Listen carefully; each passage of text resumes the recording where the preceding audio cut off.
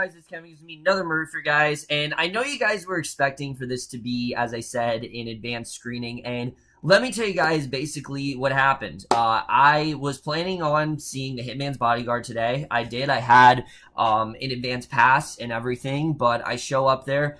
First of all, they changed the screening to 8:10. It was supposed to be at 7 o'clock, but for some reason they changed it to 8:10. And not only that, but they were completely sold out of tickets because the way my theater works is if you have an advanced screening, you can't get into the theater unless they actually give you a ticket. So when I got there, they were completely sold out. So unfortunately, I didn't get to see Hitman's Bodyguard. On the bright side, though, I did get to see something else, and I knew exactly what I wanted to see because luckily this movie was running pretty close to when The Hitman's Bodyguard was, and I'm definitely very happy that I went out and saw it. And that is a film that really doesn't seem to be getting that much love at all, surprisingly, but it is a film that I was definitely very interested in seeing. That, of course, being Kathryn Bigelow's new film, Detroit.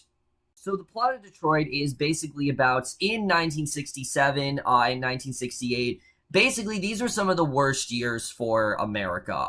There were a ton of discrimination stuff towards all kinds of African Americans where they were forced to find work and they were kicked out of their homes. I mean, there was just tons of really bad discriminatory stuff going on, and there was a lot of riots as well. I mean, to the point where, they were just destroying their homes and they were just throwing things and the police constantly had to intervene. And one summer, basically, this all kind of came to a head, and it's one of the most disturbing times for America, and it's basically a look at how this really impacted Detroit as a whole. And that's really all I'm going to say because I don't want to say too much about this movie, but let's just get into it, starting off with how I felt about it as a whole. So, Detroit, I'm going to be honest with you guys. Going into this movie, I really didn't know a lot. I didn't. I remember, in fact, I would not have known about this movie if it wasn't for 22 Tiger Dude, who I know I credit him a lot, but he's a very helpful guy. And when it came down to it, when we were doing our summer movie video where we were talking about on his channel, the movies we're most looking forward to in the summer, he mentioned to me Detroit, and I had no idea what this was. He said, dude, you gotta watch this trailer. It looks like, one of the best movies. It could be one of the best movies of the summer. So I watched it, automatically I was hooked in, but it was really that second trailer that did it for me. And I didn't want to know too much about Detroit. I didn't want to know much about what was going on, simply because movies like this, I like to go in very fresh and not knowing, what it really is all about. Just the trailer was very intriguing, and I'm very glad I did that because, honestly, Detroit is easily one of the best movies I've seen so far this year. It's a very hard watch, but also a very important one, and it's one that I think is definitely going to spark a conversation and that I definitely have a lot to say about. But let's just get into it, starting off with the cast. Like I said, going in Detroit, there wasn't too many things I knew. The only thing I really knew is that it had a really good cast and that dealt with Detroit. That's really all I really knew about this movie. But damn, is the cast good here. I mean, these are easily one of the best ensembles I've seen in any film this year. I think everyone really did an excellent job here. Let's first talk about John Boyega, who kind of looks like he is the main character in the movie. I'm going to tell you guys right now, this is one of those movies that doesn't really have a main character. However, John Boyega is kind of at the forefront of a lot of it. And I have to say, John Boyega, he comes in here, everyone sees him as Finn now in Star Wars, but between this and Imperial Dreams, he's really making a name for himself in terms of dramatic work, and he gave an excellent performance in this movie. His character is kind of like the rational one, where all this crazy stuff's going on. He's very much kind of caught up in the middle of it, and he really doesn't know what to do, because on one hand, he is a cop, and he knows, the rights and wrongs of what you're supposed to do when you're a cop, and the things that some of the other cops are doing that might not be morally right, but at the same time, he kind of has to follow. And I thought it was just a very compelling narrative for him, because you can tell he really does want to help everyone that is, being discriminated against and being, assaulted by, but he just can't really do anything. And eventually when things go to shits, things just kind of get worse and worse as the movie goes on. But he really did a great job. They could have easily made him this like perfect character that does everything right, but no, he actually isn't that, and I'm very glad they took him in that direction. He did an excellent job here, and I really am loving what John Boyega has been doing as of recent. He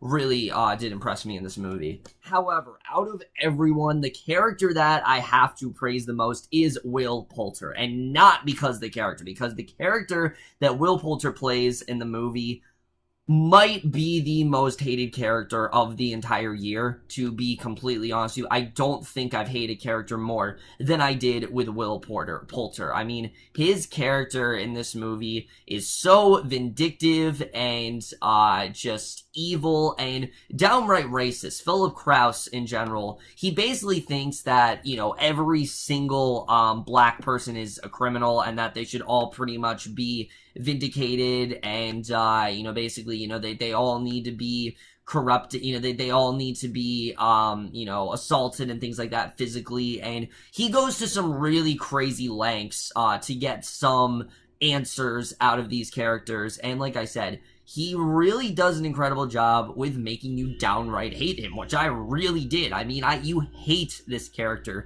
You hate everything he's doing. But Will Poulter plays this in a way where it's almost like a horror movie. I mean, you are just as hateful of him as you are terrified of him. There are scenes in this movie where he honestly scared me more than most horror movies I've seen. That is how horrifying of a character Philip Kraus really is, but Poulter does an excellent job with portraying this character. You get the sense that there were people like this back then. There was a real Philip Kraus. We do find this out at the end of the movie, that these characters are in fact real. Philip Kraus, was a real person, and there were a lot of people like Kraus during that time period, and Poulter did an excellent job of portraying this very morally, very morally wronged character here, especially one that, like I said, a lot of people are going to hate, but he did a really great job with playing the antagonistic viewpoint.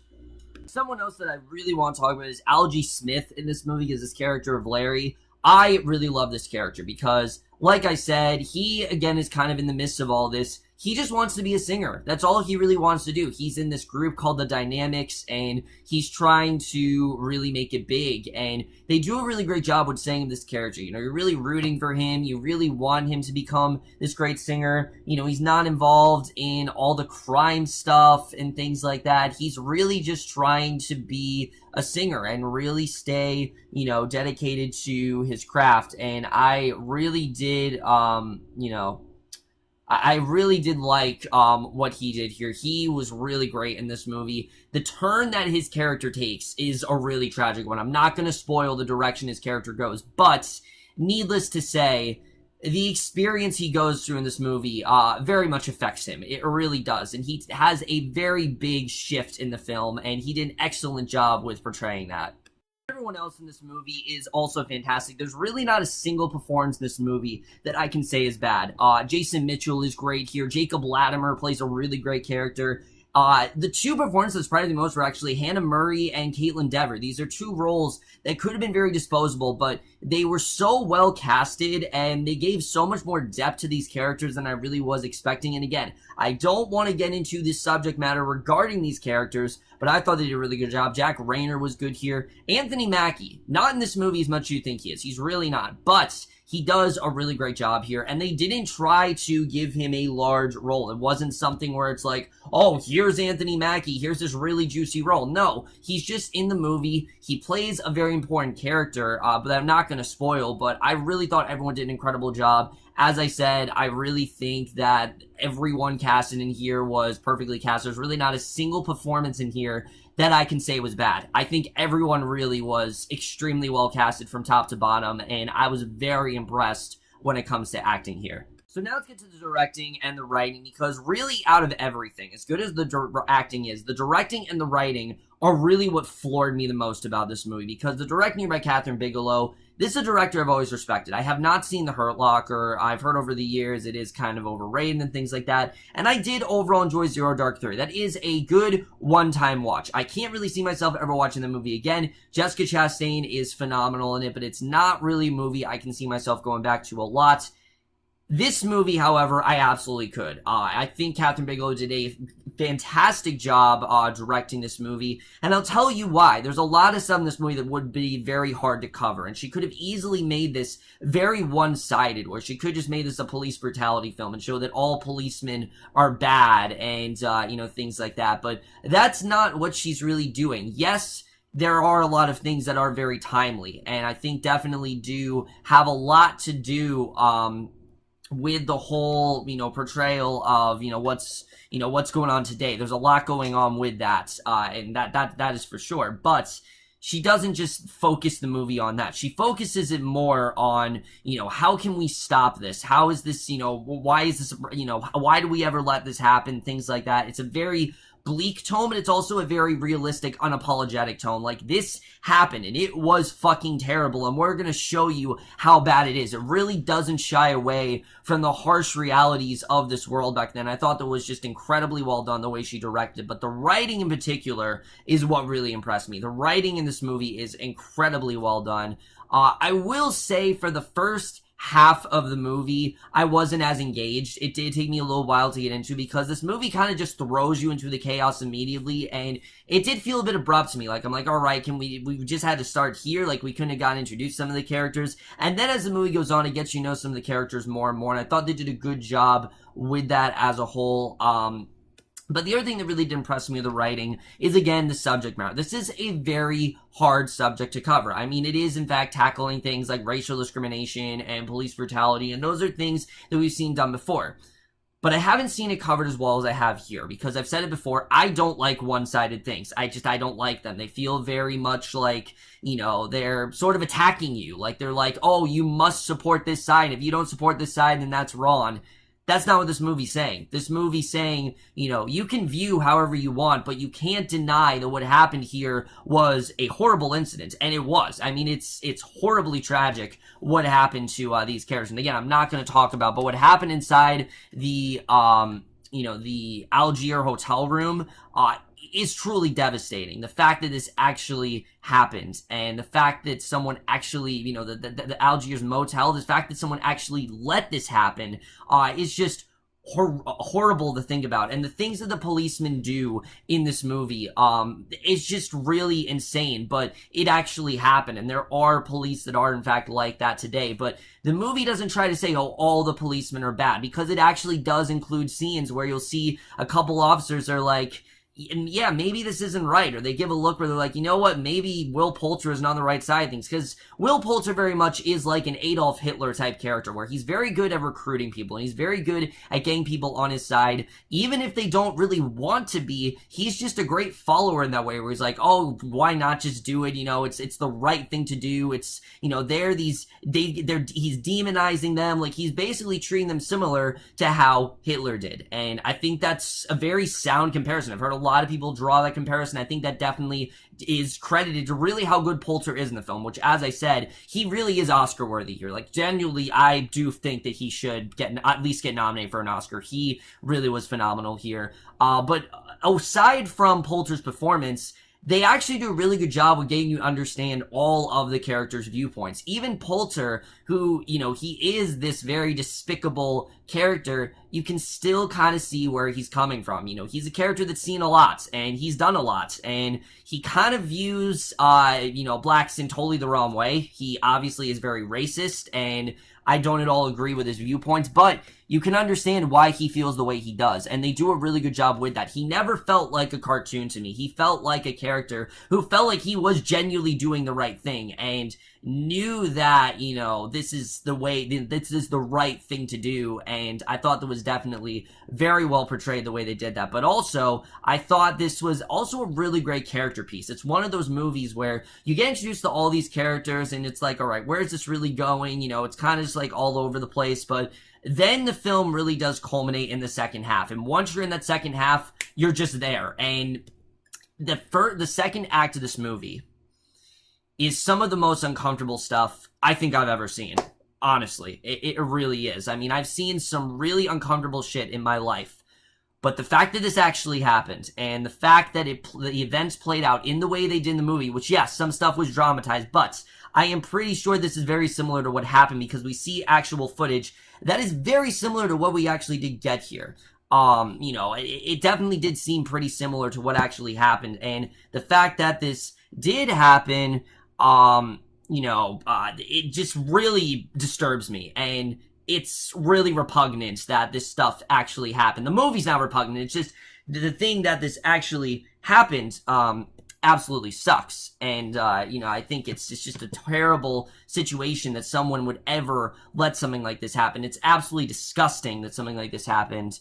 You know, and, it just really disturbs me that, you know, that stuff happened. I honestly was on the edge of my seat throughout most of this movie, just, you know, just thinking about what really happened to these characters. And again, it's really hard stuff to watch, honestly. It really is. And I left this movie pretty floored. I really did. And I'm going to tell you guys right now, the movie does not wrap up the way you want it to. It really doesn't. But it's very realistic in the way it goes. I mean, the way this movie ends, and 99% of the time when something like this happens, that's pretty much the way it goes. And yeah, it is completely wrong. It is really fucked up. The criminal justice system is one of the most rigged systems in the United States. And this movie really sheds a light on that very much. And if you didn't think that it was fucked up, you know, you definitely will think about that after this movie. I mean, it absolutely is a fucked up system. There's no really other way to put that.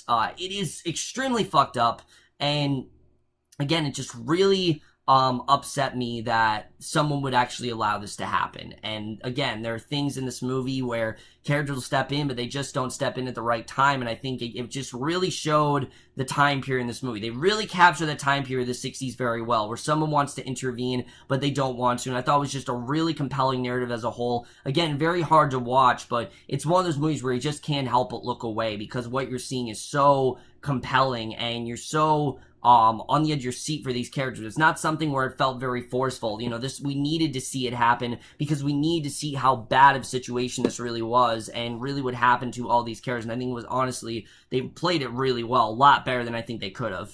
And the cinematography in this movie is really interesting, because this movie is kind of a documentary, if you really think about it. It'll constantly cut to new footage, and the way it's shot, a lot of this is a handheld camera, but Kathryn Bigelow, you know, she doesn't do it in the way where it's like shaky cam and things like that. It is very much in focus, but it's a handheld camera, so when we get to the motel incident, you feel like you're right there with them, and I honestly did. I feel like I was right near that motel, and I feel like, you know, I would have spoke up, I would have done something, and that's something that I think we always see when we see a movie, that, oh, I would have said this, I would have said that, but you don't. 99% of the time, you don't do anything. You're a bystander, and you don't do anything in this movie. You don't know how to speak up. You don't know how to say this is wrong, because you got someone like Will Poulter, who is so vindictive and who is so menacing, and you can't help but just go along with what he's doing, because he's just so scary, and it just seems like this guy could turn on you in a second. This is a guy who could just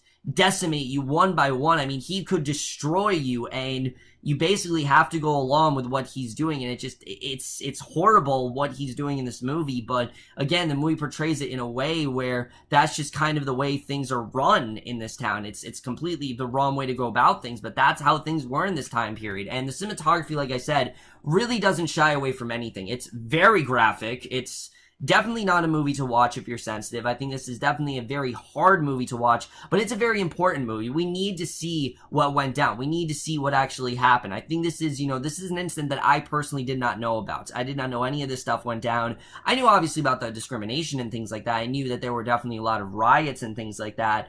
But I did not know of the subject matter. I did not know about the actual Algiers motel incident. And now that I do, I think the cinematography was a big part of, how great that scene was constructed. That scene was constructed in a way where, like I said, you really feel like you're right inside the motel with them, and they did it incredibly well here. The score as well, it's not used a lot. It's really not. There are some scenes where there's no score at all. The entire Algiers motel incident, there's barely any score because it just feels so real and so, like you're right there with them. The score, while used sporadically, when it's used, is used really, really well. James Newton Howard did a really great job scoring this movie. And then the editing, as I said, the beginning of the movie, the first 20 minutes or so, it's not the most engaging. It's really not. It's a little bit messy. It's a little bit unfocused. But once we get to that certain point where the characters start to come together and you can really tell where the movie's going to go, the movie just hooks you in and it doesn't let go till the very end. And I was pretty much riveted from scene one. Even though I did feel the movie was a bit choppy, I was still riveted from scene one. I was still very interested in what was going on. There was a really cool way they introduced the events. A lot of people didn't like it, but it's like this animated thing, and I actually thought it was really cool the way they did it. And the editing really did work for me. I definitely did think the editing was very good. The movie really did fly by. It's 2.5 hours, and I honestly didn't feel the length at all. I really didn't. There were maybe a few scenes that dragged on here and there, but especially once we get to the stuff in the motel, from there, I was hooked pretty much the whole time, and it really did not let me go until the very end, definitely. I mean, it was really harsh stuff to watch, but it was stuff where I just couldn't help but look away because it was just so damn riveting as to what was going on. And again, like I said, something that really did surprise me about this movie is how well developed all these characters really are. Every character in this movie starts off on a certain point. They want something in their life and they think their life is going to go this way. Like take, one of them wants to be a singer, or one of them wants to be, a military veteran. He's just coming back from the war or something like that. Or one of them, wants to be, just a police officer. But then this one incident kind of strips them of everything, and they end the movie in a very different place than where they started it. And again, that could have come across as very forced and very much just, this just kind of was the way of giving them closure, but it felt very natural, and it made a lot of sense as to why they ended the movie there. And again, when you look at what actually happened in their real lives, because these were, in fact, real people, it's really devastating the direction that their lives really did take, how much this really did shake them to their core. And again, there's a lot of shit that really does go down in that second act. A lot of things really do happen that I don't want to spoil, but it's some really graphic, life-altering stuff that really completely changes these characters' viewpoints, and it felt like a very natural transition in that way. Like I said, Detroit is overall an incredible movie. It's not a movie that I would say, this is it is a must-watch, but it's proceed with caution. If you can handle the subject matter, then yes, by all means, go out and see this, support this movie. It's really not doing well, so see it while you can, because I honestly have a feeling it's going to leave theaters very soon. There were 9 people in my theater, guys. That's really not a good sign at all, especially Wednesday night at 6:30. That's really not a good sign, unfortunately. But I'm honestly really happy I did see this movie. I really did love what I saw here. Again, it was a very hard watch, but it really did make me think about a lot of things. And it's a movie where it is going to bring up a lot of conversation. And I love movies like that. I love movies that spark up a conversation and make you kind of rethink a lot of things that you've done and rethink a lot of things that happen. I mean, just the fact that there was a time when stuff like this happened in America, just really offends me. And, it just really speaks a lot of volumes about how far we've come. I mean, sure, this stuff does happen today, but it's nowhere near as bad as it was back then. That is for sure. It's nowhere near as bad. It really does show how we've evolved. It does show, about speaking up and trying to make a change and doing something about it. And I think those are messages that definitely are very important. But overall, guys, other than, like I said, the first 20 or so minutes feeling a bit choppy, I really can't find many flaws in Detroit. I overall really love this movie. I really can't wait to see it again. Even though there are scenes that are very hard to watch, it is a movie that I definitely do want to see again. I think it honestly does have a very good chance of possibly getting some Oscar buzz. It's a movie that I think is definitely worth checking out. This is without a doubt one of the best movies of 2017, and I am without a doubt going to give Detroit an A. So over, guys, my review of Detroit. Let me know what you guys thought of this movie overall. Left your thoughts. And I know there were obviously a lot of controversy with this movie. Again, I didn't know much about this going into it, but I'm really glad that I did. It's a hard watch, but it definitely is very worth seeing. But that's it for my review of Detroit overall. Let me know what you guys thought of this movie overall. Left your thoughts on it. But I will see you guys in my next video, which I think is going to be for a movie review. Don't quote me on that, but I will see you guys for whatever that is. Okay, bye.